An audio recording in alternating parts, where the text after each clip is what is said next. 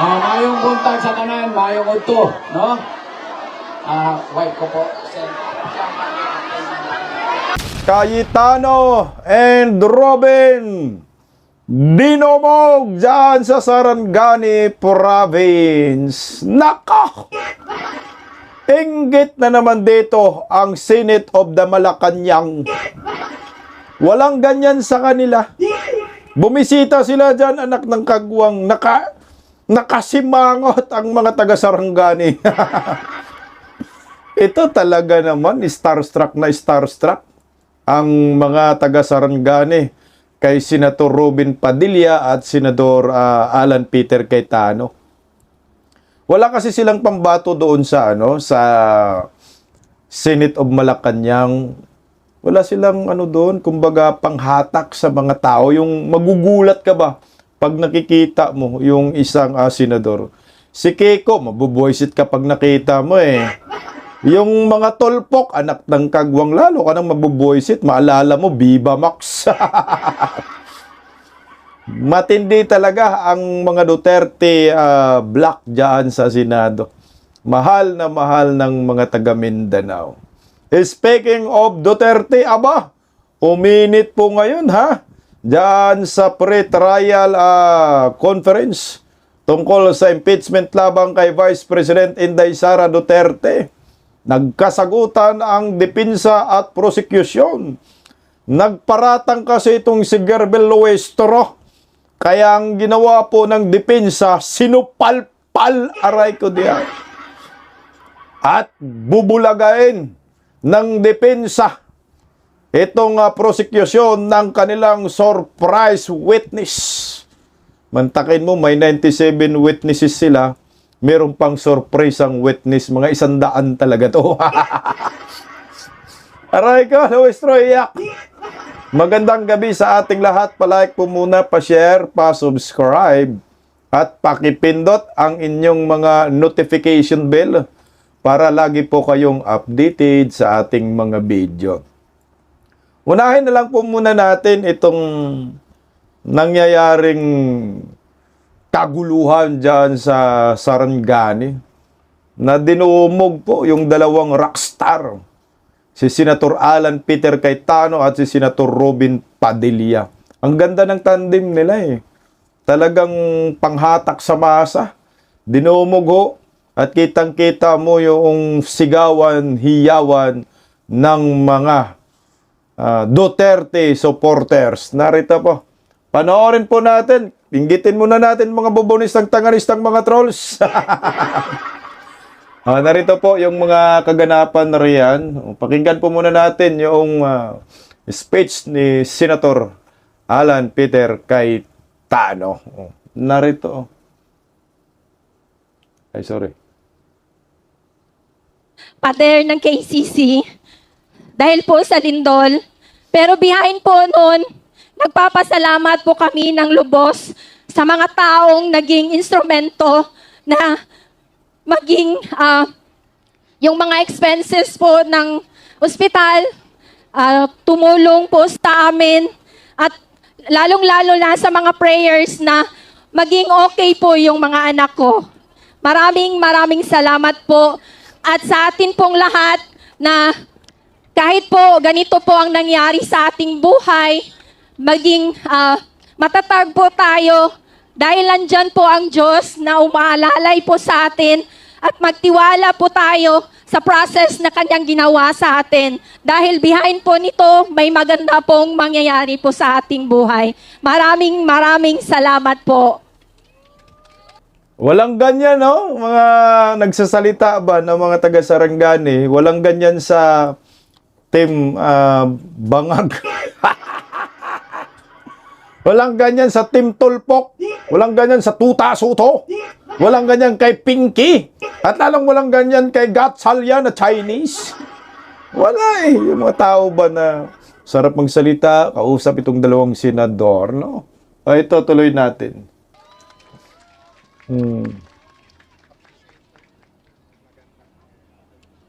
Ayan, Senator Alan Peter Cayetano.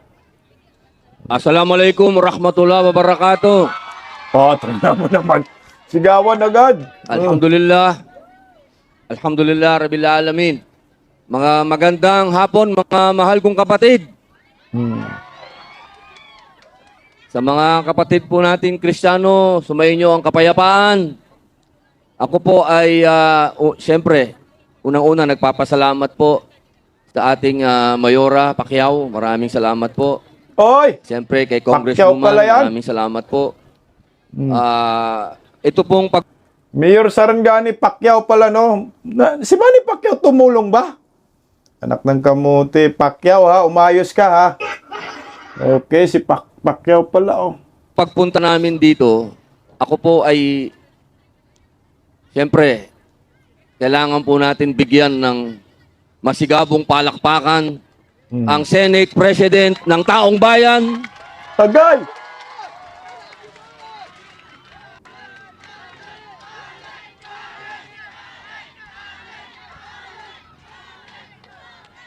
isang taong hindi po nakakalimot sa inyo, isang taong hindi po nalilimutan kung ano ang kailangan ng taong bayan, lalong-lalo na po dito sa General Santos. Idol Robin Padilla, may magagalit sa'yo. Kasi tinawag mo Senator Alan Peter Cayetano, Senate President ng Taong Bayan. Paano si Gatchalian? Senate President ng Malacanang. Wag na kayong magalit, mga talyanistang tanganista. Eh, nagpakatotoo lang naman talaga si Senator Robin. Mahal na mahal kasi si Senator Cayetano ng mga Pilipino dahil sa kanyang paninindigan. Blue Ribbon eh. No, yung 18 ex-soldiers, talagang nagkaroon sila ng hearing, nanindigan siya. Kaya nakuha ni Senator Alan yung simpatiya ng maraming Pilipino. At nagmisto lang rockstar si Senator Alan Peter. Tama talaga. Senate President ng Taong Bayan. Yung Senate President ni Bake, si Gatchalian. Tuloy. Nagpapasalamat po ako sa kanya at ako po ay kanyang inimbitahan na sinabi niya, "Lika, puntahan natin yung mga kapatid mong Muslim at Kristiyano." Alhamdulillah. Kaya ngayon po, nandito kami, kasama po ang ating idolo, Senator Alan Cayetano. Tingnan mo naman. Maayong hapon sa kaninyong tanan. Kasabot ako Bisaya, pero dili pa maayo magsulti. Kinahanglan na kastoryahan si Mayor ug si Congresswoman. So, Galing magandang ang Bisaya. hapon po. Di ba simula sa ating pagkabata, tinuturo sa atin kung anong iyong itatanim, yun ang iyong aanihin. So I'm so honored by your speech sa testimony mo. Kasi kami magsabi na may magandang mangyayari sa inyo, pwede niyong sabihin, hindi niyo naman na-experience yung linog eh.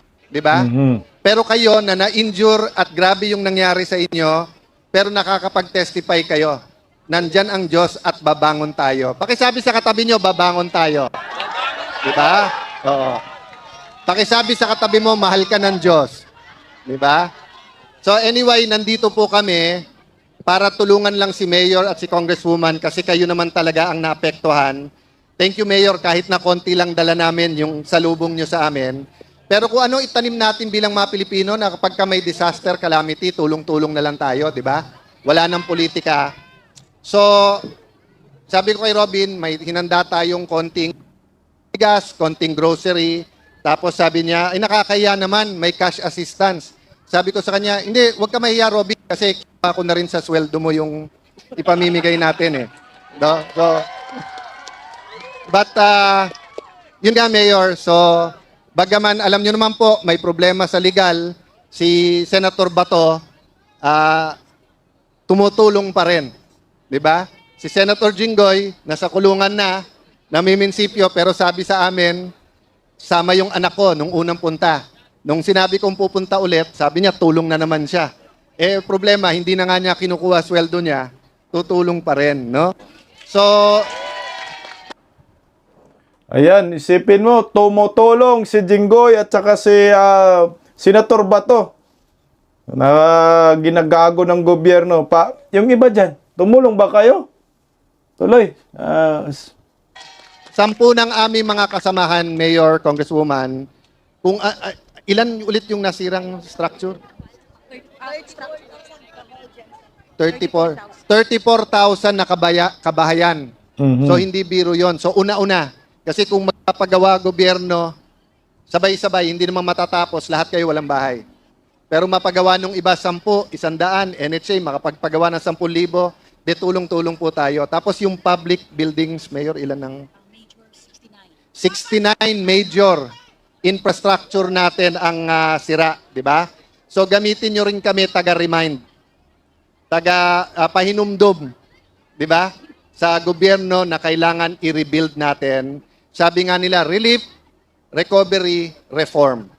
So maasahan nyo kami sa reform, maasahan nyo kami sa relief, hopefully makatulong kami sa recovery. So hindi kami magpapakahaba.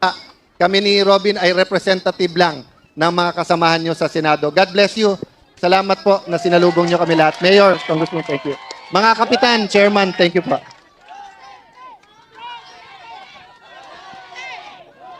Maraming salamat. Sigaw nila Duterte, Duterte, no?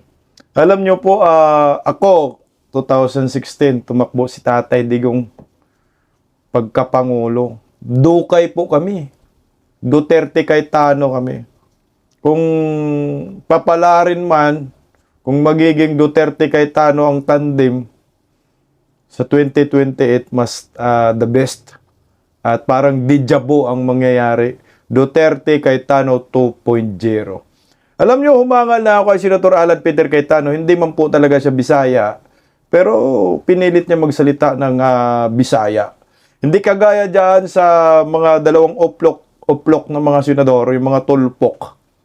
No, galing Davao ang mga animal. Wala na, hindi na po sila nagsasalita ng Bisaya. Puro Tagalog ang mga hinayupak. Ito pa, panoorin pa natin yung kaunting sigawan dyan sa Sarangani. Narito. Grabe. Mayong buntag sa tanan, mayong ito, no? White ko po.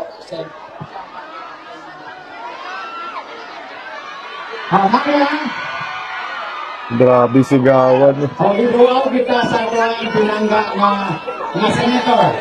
Na si Senator Alan Cayetano o si Senator Robin Padilla. Tingnan mo naman yan. Sayang ang akong boto sa ila, si Sir Robin, number 1 saglan. So, mga gyud saglan, nagpakita gyud sa atong panahon sa kalisod karon. Mura man wala malinugan. Parang hindi daw nalindunan. Hindi kayo nalindunan sobrang sayang no. Siguro, bigay ko ang mic kay Senator Alan o kay Senator Robin. Tingnan mo parang hindi daw nalindulan. Napakasaya daw nila. Tingnan mo. Nung kay Inday Sara din, pumunta si Inday Sara, parang hindi sila nalindulan. Kasi masaya sila, nakita nila yung pag-asa. Malaking tulong po at malaking bagay po yan para sa mga naapektuhan ng lindol eh. Di ba ho? May pumunta dyan, sumaya sila, may pumunta dyan, nakalimutan nila kahit sandali yung mga nangyayari sa kanilang trahedya. Hindi kagaya sa mga team Senate of Malacanang, pumunta dyan, nadagdagan ng problema nila. Pumunta si BBM dyan, lalong nadagdagan problema nila. Putang. Pero ito, pumunta sila, Senator Alan Peter Cayetano, Robin Padilla, masayang-masaya at parang hindi daw sila nalindulan. Ganyan talaga, malaking bagay yan. Oh. Ako na po. Assalamualaikum warahmatullahi wabarakatuh.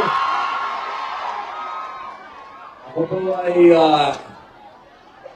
meron ko nang sabihin pero masayang-masaya po ako sapagkat nakarating ako dito. Una, para magpasalamat po sa inyo. Dahil katulad po ng sinabi ng ating mahal na mayor, ako po ay ginawa yung number 1 dito. Maraming salamat po. Pangalawa po, gusto ko pong magpasalamat siyempre po sa amin pong nag-iisang Senate President. Si Senator Alan Peter Cayetano.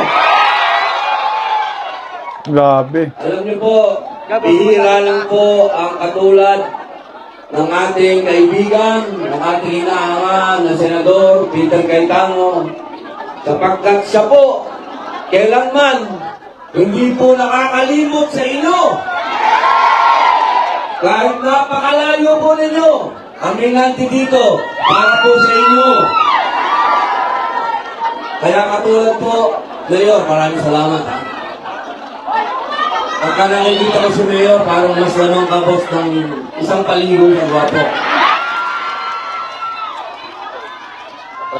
Buti na lang ng sarangani. Kaya naman, kagyan, sabi niya, hindi tayo pupunta doon para magpa-picture lang. Pupunta tayo doon para tumulong at magbigay ng ngiti sa kanilang mga labi.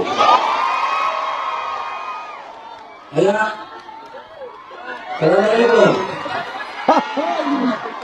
kaya ibibigay ko na po sa inyo ang aming pinuno, Senator Alan Peter Cayetano. Malimit ko. Malimit ko lang. Assalamualaikum. Alam niyo po, pinakwento ko parati kay Brother Robin. Paborito ko si Propetang Jeremiah. Siya po ay propetang kinikilala ng Kristiyano, ng Muslim at ng Hudyo. Sabi po ng propetang Jeremiah, alam ko ang plano ko para sa inyo, planong pagpalain kayo at hindi saktan, planong bigyan ng pag-asa at kinabukasan. Naniniwala ba kayo may plano ang Diyos sa inyo? Kahit na po kay Mayor Yak po sasabihin at kanyang asawa, Mayor, may plano ang Panginoon para sa inyo. Pakisabi sa katabi niyo, babangon tayo. Alam niyo po, noong mga panahon na nawawalan kami ng pag-asa sa Senado, dalawa po nagbigay ng pag-asa sa amin. Una po ang Panginoon. Pag sinabi ng Panginoon, laban ko to, kaninong laban mo? Laban niya. Diba? Pangalawa po, yung mga bata. Ang bata po kasi, hindi sinusunod yung sinasabi natin. Ang bata sinusunod yung ginagawa natin. So, konti man po ang dala namin ngayon, konting grocery, konting bigas, tubig, at konting building material. Gusto namin makita ng inyong mga anak na ganito man inabot nyo, babangon po kayo. No? At mas maganda pa. Ayan po, yung tandem ng Cayetano Padilla. No? Maraming mainggit dito. Kasi bakit si Senator Alan Peter Cayetano at Senator Robin Padilla talagang tinitilian dyan, no? Tisoy din si Senator Alan Peter Cayetano. Lalo namang gwapong-gwapo, artistang-artista si Senator Robin Padilla. Kaya dagdag faktor, no? Makikita ka ng mga ganyang good-looking senador, no? Mga starstruck ang datingan, ay mababawasan talaga ang inyong problema. Tapos may dala pang tulong, hindi lang po nagpaputuop, hindi lang basta nagtalumpati, may dala pang salita ng Diyos. Alam mo yung salita ng Diyos, mahalaga rin po yan dyan sa mga napiktuhan ng Dilobyo, Lindol. Pero ang grupo ni Sherwin Gatchalian, anong ginawa nila dyan? Anong dala nila? Dala nila problema. Dala nila galit. Nang inumin, no? Walang ganyan eh. Hindi man natin nakikita yung mga tao naghihiyawan, sigawan. Meron sigawan. Ang sigaw, malitagang, ibalik yung pera namin. Grabe, no? Alam nyo ho, magandang sinyalis po yan, ha? Na yung response ng mga taga-Sarangani, yung mga napiktuhan ng Lindol, ay nakangiti ho sila. Galak na galak at welcome na welcome po ang grupo ni Cayetano at Robin Padilla, Team Duterte dyan sa Jinsan, Sarangani. Alam naman po natin na talagang Duterte country po yan. Yung sinasabi ng Lovely Baba, kasinungalingan, marami na daw anti-Duterte dyan. Ulul, kita mo naman Si Vice President Inday Sara, dinumog ng napakaraming tao. Yung grupo ng Duterte Black, dyan sa Senado, dinumog ng napakaraming tao. O tingnan mo, sabihin nyo po na maraming anti-Duterte dyan. Wala ho. Siguro, ano yan, para sa akin, 98% ng mga nandyan ay pro-Duterte. Kaya yung, kita mo naman, yung response sa Team Malitagang, wala. Talagang galit na galit sila. Parang kulang na lang sabihin, wag na kayong pumunta dito, mga hinayupa kayo. Pupunta kayo dito, magpa-photo-op pa. Diba si Meg Subere, nabash din yon, payakap-yakap siya sa kapatid ng Muslim, yung babae. Yung plastic naman. Tapos doon din sa, yung nagphoto-op yung Malitagang, nabash din sila, trending sila dyan. Kaya sabi ni Meg Subere, ano ba yan? Pag tutulong, binabas. Pag ayaw tumulong, binabas. Ano ba talaga? Kasi nga, kayo ay Malitagang. Hindi kayo pumanig sa katotohanan, kaya nababas kayo. Kaya iba yung response ng maraming taga-Sarangani dyan. Mabuhay po kayo. Senador Alan Peter Cayetano, Robin Padilla.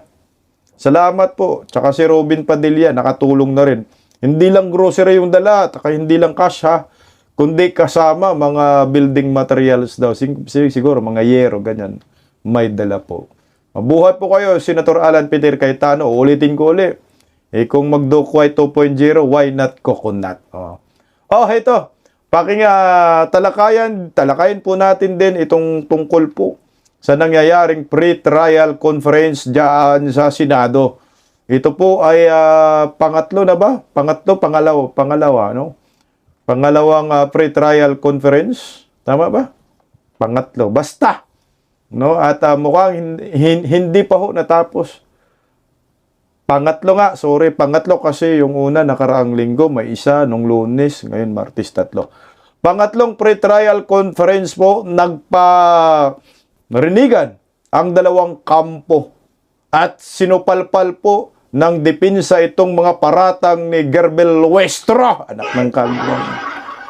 At sinabi rin po ng depensa ni Vice President Inday Sara Duterte, pagkatapos maghayag na mayroong 97 witnesses, meron pa talagang reserve na surprise witness ang team Duterte. Patay Kalawestro. Pakinggan po muna natin ang balitang ito bago po natin kumintuhan ang mga pangyayari. Narito po. Ay, teka lang, hindi yan. Nginginig. Narito.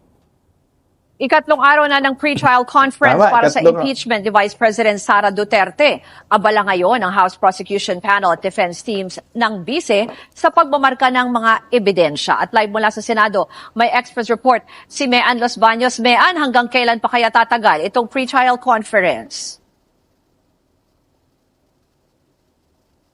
Ruth, malabo pang matapos ngayong araw at posible pang araw umabot hanggang bukas o Webes itong pre-trial conference para sa impeachment case at impeachment trial ni Vice President Sara Duterte. Nagpapatagal daw talaga yung iniisa-isa yung sandamakmak na documentary evidence na ipipresenta ng prosekusyon at depensa sa mismong paglilitis. Kasalukuyang minamarkahan, Ruth, ang mga ipipresenta para sa Article 1 ng impeachment case o yung tungkol sa confidential funds ng BISE at Article 2 na tungkol naman sa di umano'y unexplained wealth. Sa Article 1 pa lang, Ruth, 4,000 documents na ang minamarkahan kaya matatagalan ang magkabilang kampo. Pakinggan natin ang pahayag ng prosecution at defense teams. Actually, we are hoping to finish at the soonest possible time. Kaya lang, the reality is, voluminous ang documents, most especially in confidential funds. Ang dami ng dokumento, no, which is normal for a case such as this. In-expect natin baka hindi tayo matapos ngayong araw, baka umabot hanggang bukas or even Thursday, which is the original schedule naman po of the pre-trial conference. Ruth, sabi naman ni Lead Prosecutor Congresswoman Joy Villaruiz-Ro, nakiusap sila sa defense team na pag-isahin na lang ang pagmarka ng mga common documents pero hindi raw pumayag ang team ni VP Sara. Paliwanag ni Attorney Michael Powa, nag-iingat lamang sila. Narito muli ang kanilang pahayag. Separate marking yung sa prosecution, separate marking yung sa defense. even if they pertain to the same document. It's really the way we do things naman. We want our own documents that we want. Kahit na similar yung documents. Ito rin po kasi yung mga dokumento na gagamitin natin during the course of the trial. Ruth, umalma naman ang defense team sa sinasabing mini-mirror lamang o inadapt lamang nila yung listahan ng testigo na isinumite ng prosekusyon. Sinabi kasi ng prosekusyon kahapon, nasa 97 witnesses, 51 yung kaparehas nila sa defense team. Samantala, nauna ring sinabi ni Senate Secretary Attorney Renato Bantog na bagamat hindi pa rin tapos yung pre-trial conference, on track pa rin daw sila sa June 25 submission ng pre-trial order at on track pa rin sila doon sa sinasabing date dapat ng pag-uupisa ng pagilitis, which is July 6, Ruth. Balik sa'yo.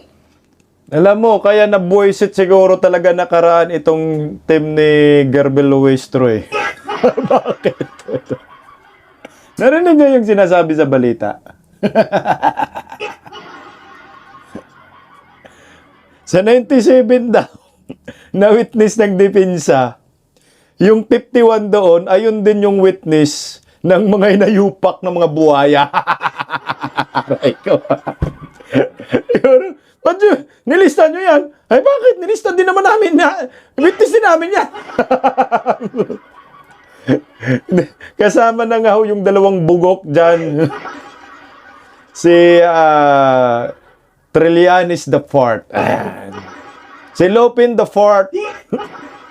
At sa Madriaga kidnap for ransom group. Ayan, anak ng gagang. So, naisahan sila dito ng grupo ni Vice President Inday Sara. So, dito na talaga ako believe sa depensa. Mantakin mo hindi pa nag-uumpisa yung trial. Pre-trial conference pa lang, marking pa lang ng mga ebidensya. Sumakit na ulo ni Luistro. At si Kapunan, nirigla kahit minupos na. Wala talagang depensa, no? Kanilang estratehiya yan. At hindi po yan po pwedeng mag-question. At pinayagan po yan sa dami pong sa dami pong dokumento, no? Na ipinapakita nila. Siyempre, yung prosecution team, gawa-gawa lang yung kanilang mga ebidensya dyan. Walang tunay yan. Puro pike. Paninira lang ang mga hinayupak. Sino ba yung source ng kanilang ebidensya? Hindi ba ho si Trillanes? Anong kredibilidad ni Trillanes para mag-provide sa kanila ng ebidensya? Zero. No? Wala man lang kapapil-papil sa gobyerno itong hinayupak na ito. Kaya kakainin po talaga kayo ng buhay. Lalamunin kayo ng buhay at nagmistula kayong mga ugag at mga tanga dyan. Ito yung maganda. Pagkatapos po na magsabi, talagang parang ginugulat na talaga dito ng depensa itong grupo ni Luistro. Tingnan mo, pagkatapos bumira itong depensa ni Vice President Inday Sara, meron kaming witness. Kasi ang witness ng prosecution ay mga nasa 50 lang Na 50 plus lang. 56 yata. Pero ang ginawa ho ng depensa, 97. So doon pa lang, gulat na sila, no? Ha? 97?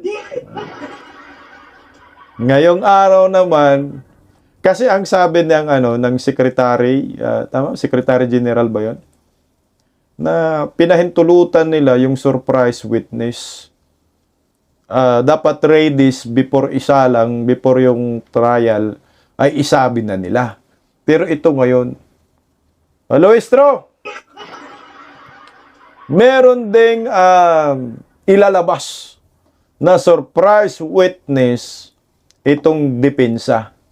Pero bago po natin ilabas yung video, pakinggan po muna natin kung paano sinupalpal ng depensa itong kasinungalingan ni Luistro.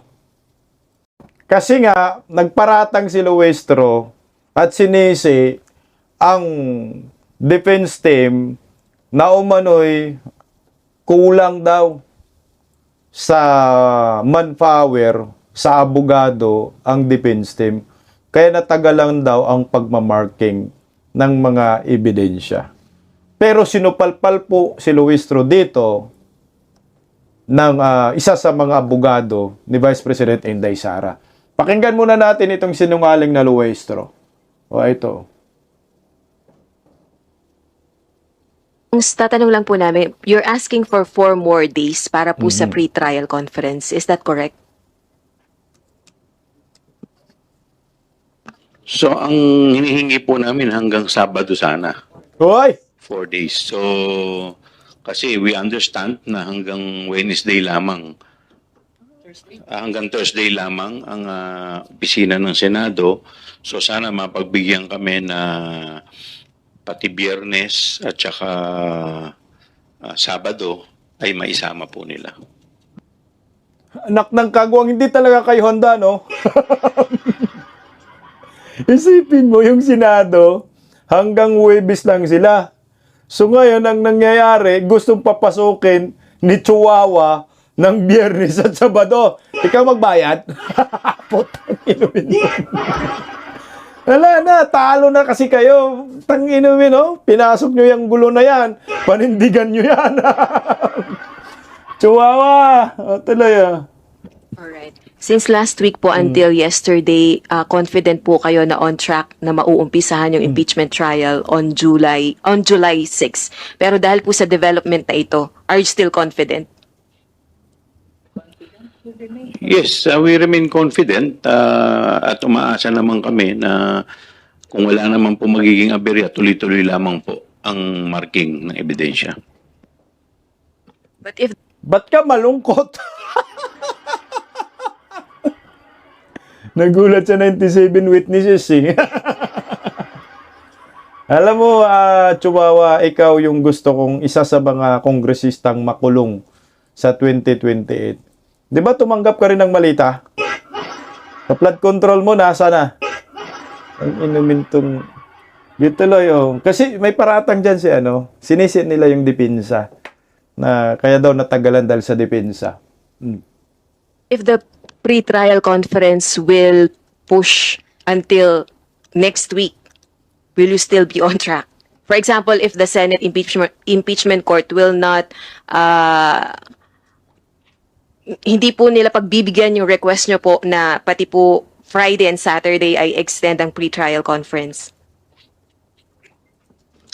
What is important is for the Wala. pre-trial order to be issued before July 6, no? And it must be issued at the maximum 10 days after termination of pre-trial conference. It can be less than 10 days after termination, but the maximum should be 10 days after termination of PTC. Dapat meron ng pre-trial order, no? So, nevertheless, we are not entertaining that possibility. We are pushing for the termination of pre-trial conference this week, and that is why we have reached out to Secretary Bantug for 2 possible additional measures, yung nabanggit ni Kong Joel Chua. One is deploying additional teams for the marking of exhibits, perhaps from 4 going 8, and then providing additional days from including Friday and Saturday to be able to finish all the marking this week. Pero kung nabanggit nyo po kahapon, kulang po ang defense team sa tao po nila compared po dun sa prosecution panel. So, choice pa rin ba yun pagde-deploy ng additional teams kung kulang po yun pong inyo pong counterpart? So it will depend on the impeachment court. I hope that they will be able to confer and convince the defense team to provide additional lawyers to attend to the marking of exhibits, considering the possible additional measures which will be adopted by the impeachment court. Oh, lolo mo. So ngayon, yung paratang niya ngayon ay yung depensa daw kulang sa tao. So isinisi pa niya sa defense team kaya naantala natagalan yung pagmamarking. Lo mo, Gerber Luestro. Hindi po yan nagustuhan ng isa sa mga abogado ni Vice President Inday Sara Duterte. Kaya sinupalpal po siya dito. Sinupalpal ang tabingi. Tabingi rin. Bakit tabingi yung ngiwi rin siya, no? Gerbel, oh, sama-sama ka kay Baki siguro, no? Kaya kita na yung ngiwi mo, eh. Ngumingiwi yung labi niya, no? Putragis na yan. Nagkita-kita na talaga ang mga nayupak, mga pulburon lover, no? O ito, hindi po ano yan, ha? Hindi po nagustuhan ng defense team ni Vice President Inday Sara na sinabi kulang daw ang defense team sa tao kaya natagalang ang marking. O ito po, sinupalpal si Luistro at ibinunyag kung ano ba talaga ang dahilan ng pagka hindi agad natapos yung pagmarking ng ebidensya. Narito po, pakinggan natin. Actually, I was there personally, and the opposite was true. The opposite is true. It was actually the private prosecutors who lacked certain personnel for the marking of the exhibits. Siguro hindi lang naintindihan masyado ni Representative Luis ito kasi hindi naman sila nagpa-participate buong araw. No? So they just appear in the morning and then they leave, and then they leave the rest of the task to the private prosecutors who are handling the case. So siguro we are in the best position to deny that claim, and we are saying now that we are not undermanned and we are complying with all the directives by the impeachment court. Precisely, anong kulang ng process, sir? Sorry. Yung claim na undermanned, we never experienced that. I think it was one of the private prosecutors, yung firms that claimed that. Pero kayo, enough yung tao ninyo. Correct. Yeah. Prosec is enough. The point is, Oh, ito na. Nakatikim ka, Luestro. Sinungaling ka. Anak ng kagwang, naninisi ka. Kayo pala yung dahilan. Kaya natagalan yung markings ng ebidensya ninyo. Sa umaga pala, pupunta kayo, magpapriskon lang ng mga hinayupa. Rarampa-rampa kayo. Ang gaganda ng mga kasuotan ninyo. Galing sa kaba ng bayan yung pera na yan. Pero, pagdating sa hapon, siguro after lunch, mga gayon, iniiwan na ho ninyo yung task po sa private prosecutor ninyo, anak ng kagwang, private lawyer. Iniwan nyo kay Kapunan. O baka na iniwan sa isang abogado, tabla rin walang alam yon. So, tatagal. So, hindi ho totoo na ang depensa ay kulang sa manpower, kundi ang totoo, ang kulang po sa manpower at nagpabaya, kaya natagalang ang markings itong si Gerber Luestro, prosecution team. Dahil iniiwan lang sa private lawyer yung pagmamarkings, yung task. Anak ng kamote, wala ka pala dyan eh. Anong alam? Pagdating sa trial, mga ngamote kayo dyan. Mapakinggan natin si Michael Puwao. where the defense really is willing to adjust, no? Kung ano man yung kinakailangan to expedite. And we have been doing that. Katulad nung ngayon na sinabi na tomorrow magkakaroon ng dalawang table na finally yung Article 2, we're okay with it. Wala tayong problema doon. Because like we said, we're not here to delay anything. Diba? Ang kailangan lang po talagang maintindihan ng tao, katulad ng sabi ni Attorney Mark, is itong marking is significant for an orderly conduct of the trial itself. Pero hindi mo pa yung kulang ng tao, sir? Hindi po kami kulang ng tao. In fact, we're able to adjust all the time. Yung isahang pagmarka ng mga O ito, maliwanag, hindi po kulang ng tao ang depensa. Ang kulang-kulang ay si Luistro. Isang lamisa lang yung awards, no? Isipin mo yung Luistro. Magmarkings kayo ng ebidensya, isang lamisa lang yung pinoprovide dyan ng Senado, talagang matagalan. So ngayon bukas daw, magiging dalawa na. Anak ng kagwang naman pala. Oh. Ayan, kita nyo po. Supalpal si Gerbel Luestro sa kanyang mga. Di ba, Jinky? Paratang na kulang sa tao ang depensa, hindi po totoong kulang. Ang kulang daw ay ang prosecution team dahil iniiwan lang ni Luestro ang trabaho sa private lawyer. So, sino nagsasabi ng totoo? O ngayon, Hindi ka pwede magsabi ng ganun, Luistro, dahil umaalis ka lang palang hinayupa ka. Goods yan. Huwag kang pumunta sa pre-trial conference, huwag kang makipagtrabaho, pumunta ka lang, magpa-publicity lang, pamidya lang, pero yung actual na trabaho ay wala pala kayong ginawa, iniwan mo lang, ay paniguradong nganga ka pagdating sa impeachment trial sa July 6. At gulat na kayo sa 97 witnesses ng depensa, pero lalong magugulat kayo. Dahil sinabi po ni Michael Pua, meron po silang surprise witness sa impeachment trial. Patay ka diha. O ito, pakinggan natin si Attorney Michael Pua. Pati ba yung pwede ang surprise witness with 3 days notice? Sa amin, basta may, sa atin, meron naman talaga mga reservations, no? Magkabilang panig. Kami din sa defense, meron din kaming na-reserve na witnesses, hindi namin pinangalanan. Bakit? Para sa kanilang seguridad. And if there is a rule that we have to disclose within 3 days, wala naman po kami nagiging problema doon. In fact, kami pa nga po yung humingi ng disclosure. Number 1, ng order of trial, no? Meaning anong article ang uunahin. And pangalawa, kung sino ang witnesses, humingi rin kami ng disclosure kung sinong mauna, sinong sunod. Bakit po? Kasi po, para po makapaghanda ang bawat panig, ang prosecution at defense, at pati na rin po ang impeachment court, ang ating senator judges. At kami din naman po sa defense, kung hiningi namin yun sa prosecution, willing din naman po kami na kami rin ay sumilalim sa ganung disclosure. Okay, maliwanag po no na merong surprise witness itong Team Duterte pagdating sa impeachment trial. Merong naka-reserve. Ikaw, Luistro, may reserve kayo? Wala na, lahat na yata ng barahan ninyo nakatihaya na eh. No? Sa Bisaya pa, nakadiga na. Lahat ng barahan ninyo nailabas na. Pati Joker, nailabas nyo na eh.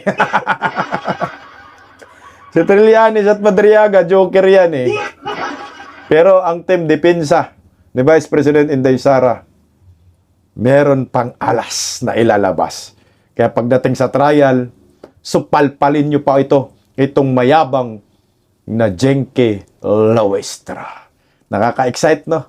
Sa July 6, pinakaunang impeachment trial labang kay Vice President Inday Sara. At abangan po natin kung paano lalamunin si Luistro ni Madam Attorney Sheila Sison. Paggising sa umaga, tanghali at gabi, nakikita ko ang post niya, ang hapdi. Paano nga ba to? Di ako makatanggi. Watch ko na lang at isipin ng mabuti. Bisdak Pilipinas. Bisdak, tinig ng katotohanan.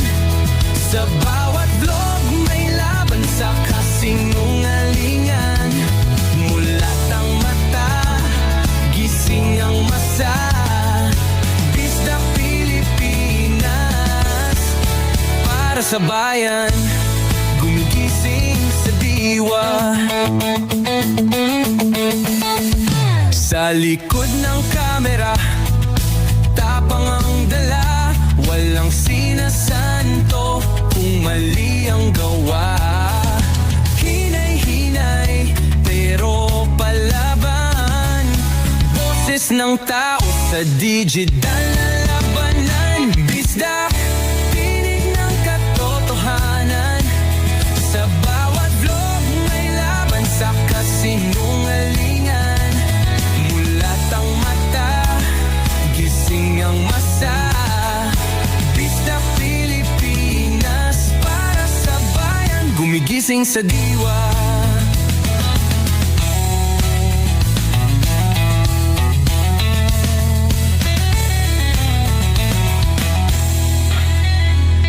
Hindi artista, hindi politiko, pero ang katotohanan, sigaw niya ay buo. Sa YouTube o Facebook man siya makita, may aral ka pa rin. salita. Bisdak, gising sa katotohanan. Di lang kwento, kundi panawagan. Sa bawat Pilipinong naghahanap ng liwanag. Bisdak Pilipinas, kasama sa pagbangon ng bayan. Bisdak Pilipinas, boses ng masa, gising ang diwa. Sa vlog mo, may pag-asa.